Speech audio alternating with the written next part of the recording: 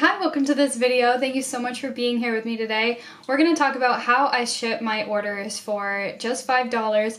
Very cheap and easy way to do it. I made this video a little while back and it was like 17 minutes long. I went in how to package up the orders. I rambled a lot, so I want this video to be very concise with a lot of good information. And since I read through the comments section on my last video doing this, I know what kind of questions people were asking. So I'm going to answer all the frequently asked questions from that video in this one and just make it way more concise. I make tons of resin and small business content videos, so if that interests you, please consider subscribing and like this video if you enjoy it, because that really helps out my channel. I'm currently writing an ebook as well for small businesses and then another one for resin art, so I cannot wait for you guys to have your hands on it. If you've ever tried to ship a small bubble mailer, even like a 4x6, it can be $12 to $15 just within my own country. I live in Canada, and so I thought to myself, how can I do this in a way more efficient way, especially when my smaller items such as my keychains or bookmarks are $20. So people aren't going to want to pay $15 shipping on a $20 item. That is ridiculous. One of my most frequently asked questions is, do I just use a regular stamp like what I would put on a letter to send to a friend?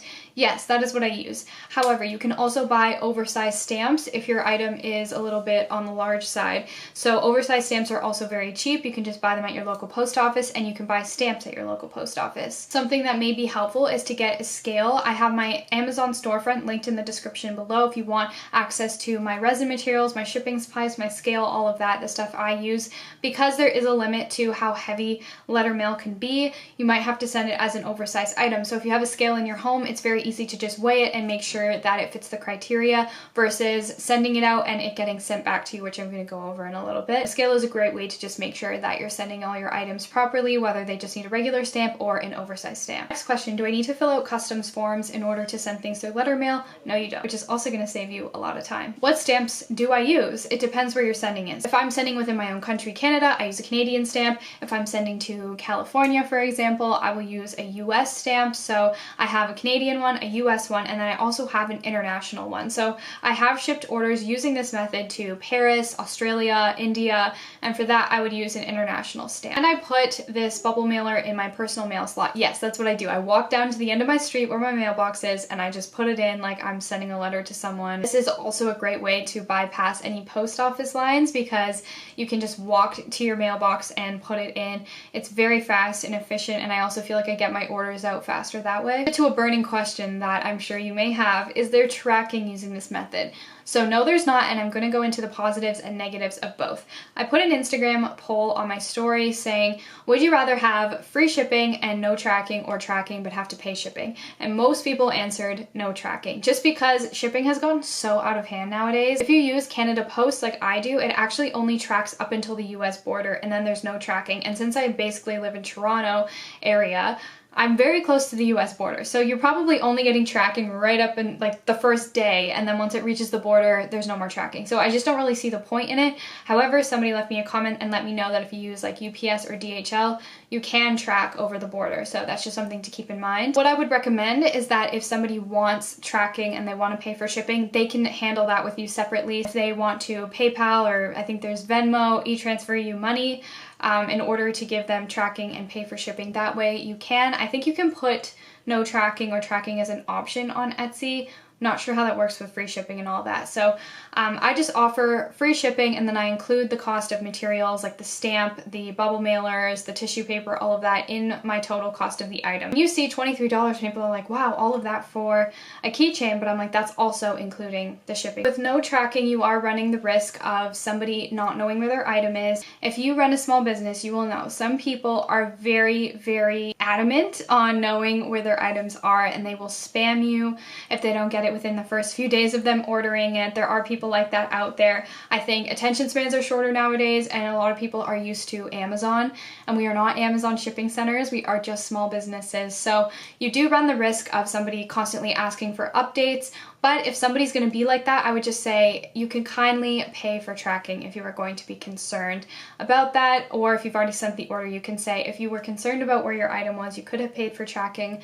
I would recommend putting up some sort of policy on your shop saying you can contact me after X amount of time if you haven't received your order yet, since there's no tracking. I think a policy is a great way to say, please don't bother me until it's been an actual substantial amount of time where something could have gone wrong in the shipping process. Can people lie and say they haven't received their order when they truly did? I guess so. I would hope that if people are ordering from small businesses, they have more integrity than that. But every time somebody has said, hey, I haven't gotten my order yet, I found it in my P.O. box. So I've never found people to have lied.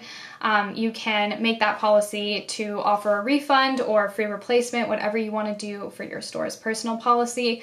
But I would hope that people wouldn't lie when buying from a small business. Another tip I have learned from my mistakes, I would recommend checking your P.O. box regularly. I had a bad habit of only going when someone said, hey, I didn't receive my order, can we figure this out? And then I would find it in my P.O. box, but I should have been checking it regularly. That way I found the order before they even asked where it was, and I could say, hey, it's already been shipped out again, you're all good. P.O. box is a little far from my house, so I kind of had this habit of not checking it, but I would just recommend doing that. Learn from my mistake. Are my items safe? Yes, they are. Anything that's broken for me was in the beginning when I wasn't pre-drilling my keychains, for example, so I feel like they were inevitably going to break anyways.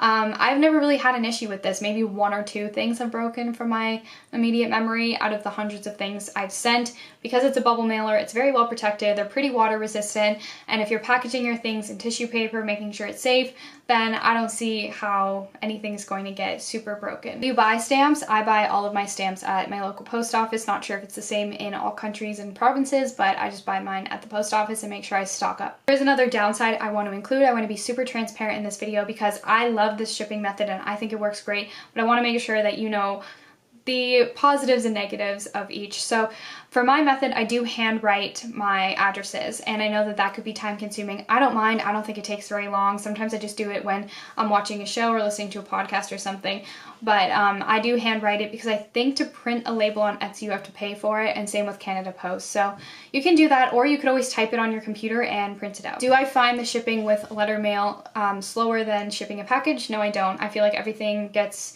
received in the same amount of time. Personally, that's what I have found. Somebody asked, what does Etsy think if you sell without tracking? I've never found it to be an issue. I've heard some shops when they're first starting out need to send a certain amount of orders with tracking. Not sure if that's true or not, but I don't think I've ever had that problem. I just don't use it and hasn't seemed to affect my shop at all. Can people still leave reviews on my Etsy shop if I don't use tracking? Yes, a lot of my reviews are from people who bought from me and they didn't have any tracking on their keychain or bookmark, whatever it is, so don't worry about that. How long does it take to be shipped out? Once I put it in the mail slot, I'm pretty sure mail is collected daily, if I'm not mistaken, except for Sundays, so it gets shipped out pretty quickly.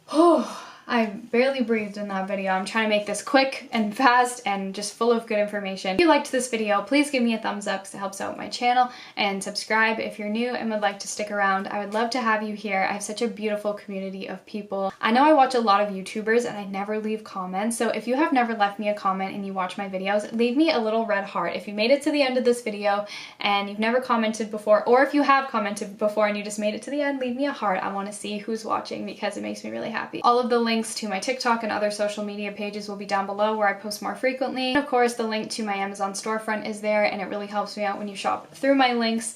Thank you so much for watching, and I hope to see you in my next video. Bye!